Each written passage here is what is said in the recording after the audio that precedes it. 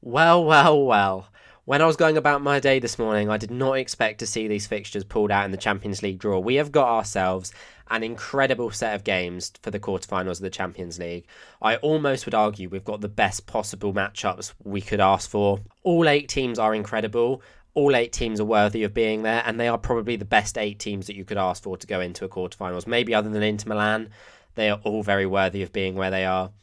And no discredit to teams like PSV and Porto, but sometimes we see one of them teams sneak into the quarterfinal eight, and it almost, imagine PSV would beat Dortmund, and we ended up getting a draw of Real Madrid versus PSV. It almost just, they don't really stand a chance, do they? You almost get a free pass, but we have not seen anything quite like that. And I'm going to run you through who I think is going to win each game, and how they're going to do it, and who the ultimate winner is going to be. There's a couple matches that I think might surprise you. I didn't expect myself to predict them, but I just had that gut feeling, and I've gone with it. And I just think they're incredibly exciting fixtures. And they're also full of narratives. What do I mean by full of narratives? You'll find out as we go along, but I think there are so many stories entwined in all of these games, which just adds an extra layer of depth to the excitement of these games. So we start off, this is the draw, we start off with Atletico versus Dortmund, and I think this is almost possibly the best draw that Atletico could ask for. Obviously, they beat Inter Milan in penalties to get through.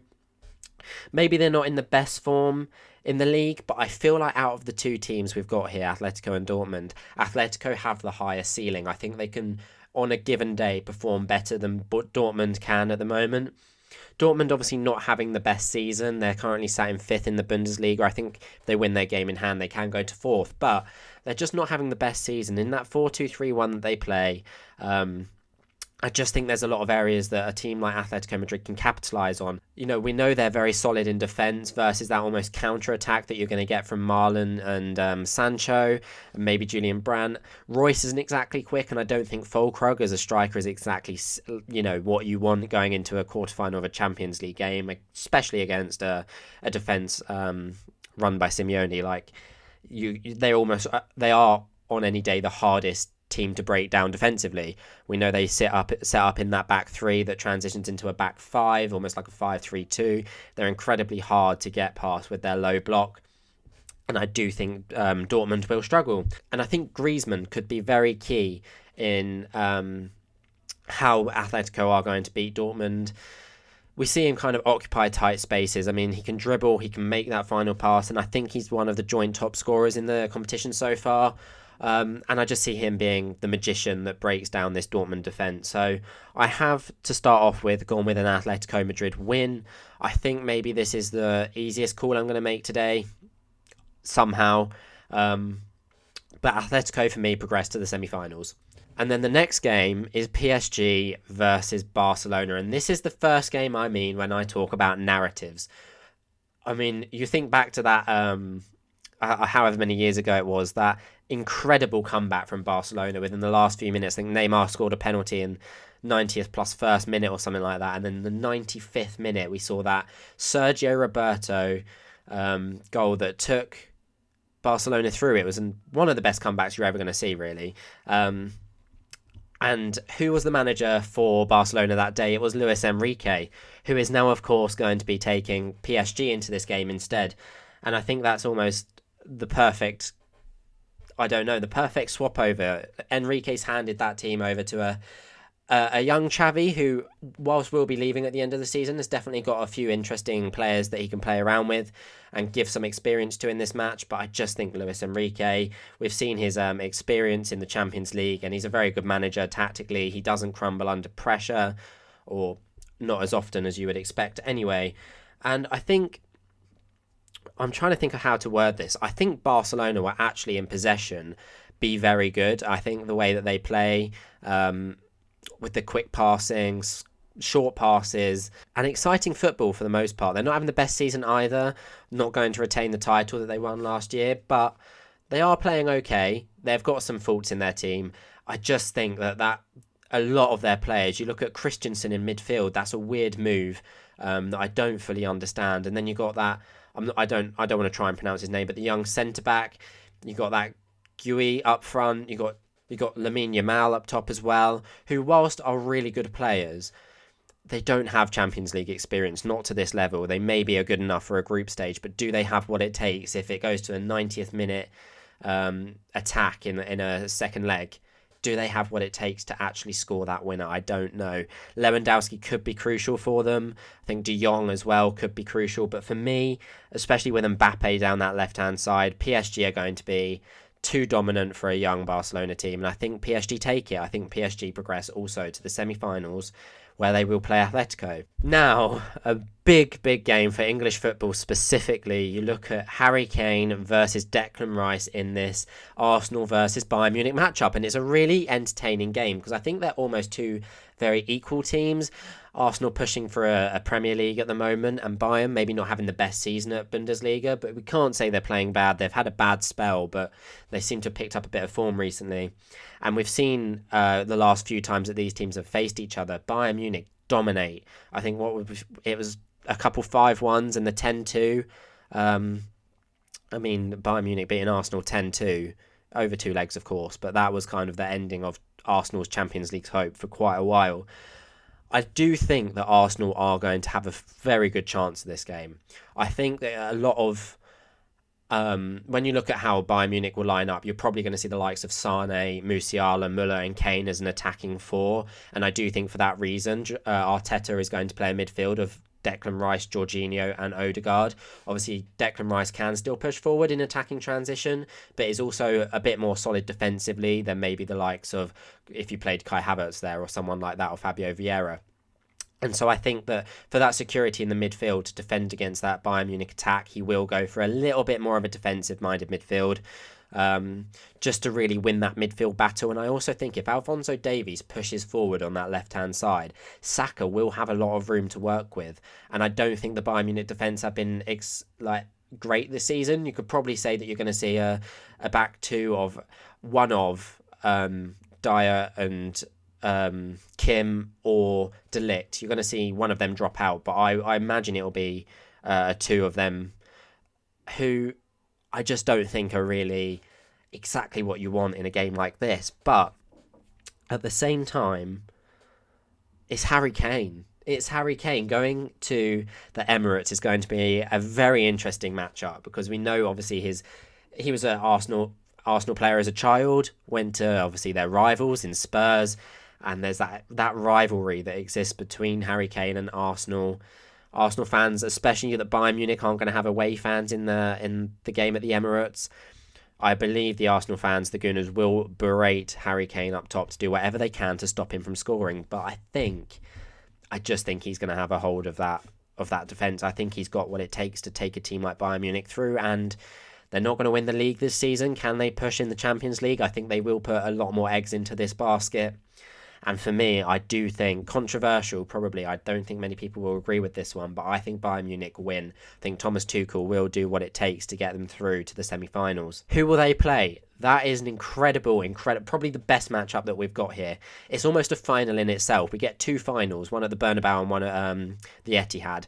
Man City versus Real Madrid. I mean, it is almost the two best teams in the world at the moment, so it's great that we get to see this in a quarter-final. Like, this is almost a game that should be the final. So the fact that we're getting it so early is quite incredible, and it means one of them are going to drop out at this stage, which is also something you probably wouldn't expect. But I think the key for this game is the midfield. I think this is a critical battle of the midfield. We see the diamonds that Real Madrid play against a very possession-dominant Man City who like to play the ball around the edge of their opponent's box. And I think Tchouaméni, Valverde, Bellingham, and probably one of Modric are incredibly crucial into how this game will turn out. I think Real Madrid will win the midfield battle, and I do wonder are Man City going to focus on this? I'm not saying they're discrediting either competition, but will their focus be on this, or will they just slightly push more to win that league again? Obviously, the Champions League is bigger. You want to win a Champions League for the second time in a row, but we know that is incredibly difficult to do. Unless you're Real Madrid, that is an incredibly difficult feat to achieve. I don't think Man City actually do have what it takes. I think they will have more of the ball, but I think especially Bellingham will drop back from that almost attacking midfielder role. I think he will drop back when Man City have the ball, and then in attacking transition, when we see Real Madrid get the ball and try and counter. I think with the pace of Vinicius, Rodrigo up top, and Bellingham on the counter, I think they've got what it takes. And I just have a feeling that Real Madrid are going to do it. I think they're going to do it, and I think they will be the ones to face Bayern Munich in the semi-final. I'm sorry, I do think the English teams are going to drop out. I'd love to see the English teams do well, obviously. I think we're the best league in the world, so it's always great when we do well. I just don't think we have what it takes. I am a Chelsea fan, so I don't actually like either team, but I think Real Madrid and Bayern Munich are going to be the two teams that progress in that side of the quarterfinals. Going into the semi-final, we have Atletico versus PSG. This is a weird one for me, and I'm not actually certain with my decision still. I think this is a sort of game that you can see Atletico almost winning one of the legs. I feel like they're definitely not a team that will just let PSG run away with it. I think with their defence, they can just sit back and frustrate a team, especially someone like Mbappe wants to play in behind, make long runs. It's going to be difficult against a back three or potentially a back five of Atletico Madrid. I do think a lot of the outcome of this game will depend on the first leg. I believe it's at the Metropolitano, I think, is it? This is where I think PSG have to be on it. I think if PSG win the first leg, I think they go through. But I think if Atletico win the first leg going to Paris, I just think that they will be able to sit back and have what it takes to prevent that PSG team from getting what they need. I really don't know about this decision, but I've gone with Atletico Madrid. PSG just notoriously aren't great with the Champions League, and I feel like we're going to see that yet again. And I just think Atletico are going to be that surprised, maybe not a surprise, but I do think they'd be the underdogs that go through. And I can see them in a final. And you can see where the narrative is set up for this final now, probably. You can see where I'm going to take this. The other semi-final, Real Madrid versus Bayern Munich, I feel like this is actually more clear-cut. Yes, Bayern Munich are an incredible team. I just think the way that their style of football plays, I think that diamond that Ancelotti sets Real Madrid up in is going to be too much for that midfield of Bayern Munich. I don't sadly think Kane is going to have what it takes to defeat single-handedly. Maybe Musiala as well. I mean, I think credit to every Bayern Munich player. They're all very good players. I just don't think right now anyway they are going to be... I don't think they have what it takes to dismantle a team like Real Madrid, who are just on fire at the moment. Okay, they're maybe not the best we've ever seen them, but they are just looking unstoppable in the La Liga. So I have Real Madrid to win, and this is where I've set it up unintentionally, but very interestingly, an all Madrid final. I don't think a lot of people are going to predict this. I think, obviously, who I'm going to say is going to win this match is probably quite obvious, but we've seen this fixture a couple times in the Champions League. I remember Real Madrid winning it. I think Simeone has taken Atletico Madrid further than people would have thought in a lot of Champions Leagues. I think he's taken them to 7 Champions League quarterfinals or something like that, whereas they only had 5 before he'd been appointed. I might be wrong on that stat. I think I've seen something along them kind of lines. He is an incredible manager who I think is almost that he's at the right club as well. It's suited to him. And coming to Wembley, there's not really any affiliation for either Real Madrid or Atletico Madrid at Wembley. So you kind of got a neutral fan. Obviously, their fans will travel, but it's a neutral setting. And I don't think either team will have the upper hand in terms of the external factors that could determine this game. But it's Real Madrid. Like, Atletico Madrid sit 4th in the league. Real Madrid are top. They've overtaken Girona. They're just, as I said before, they're unstoppable. And I just think Real Madrid win it. I think they're going to do it again. I think Ancelotti is going to take this Real Madrid team to... Is that going to be their 16th Champions League win now or something ridiculous? But I just think, as of right now, maybe I'm a little bit biased because I want Bellingham to win. I'm so excited to see him in the Euros this year. I do just think it's Real Madrid. I think they are the best team in the world right now. Man City are brilliant. Arsenal are having a really good season. But for me, it's Real Madrid. If there's any other team that could do it, I think if Man City won against Real Madrid, I think the rest of the fixtures would still be the same. I think Man City would then beat...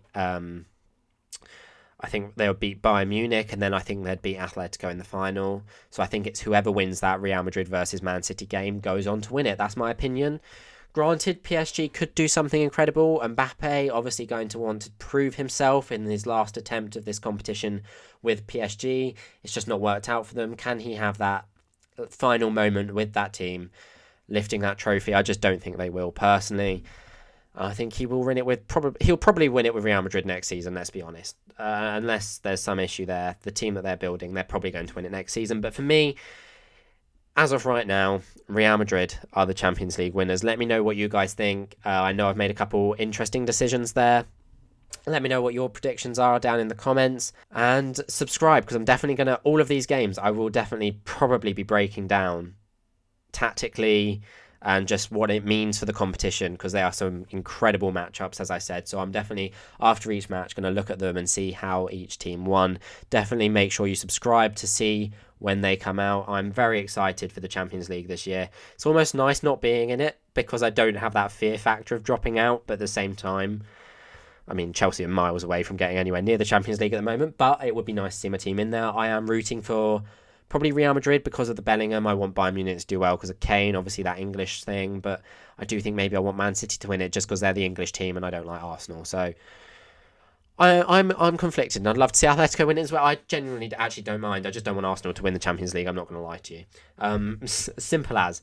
That is my predictions. Let me know what you guys think, and I will see you guys very soon with a brand new video. Have a good evening, have a good weekend, and I'll see you soon.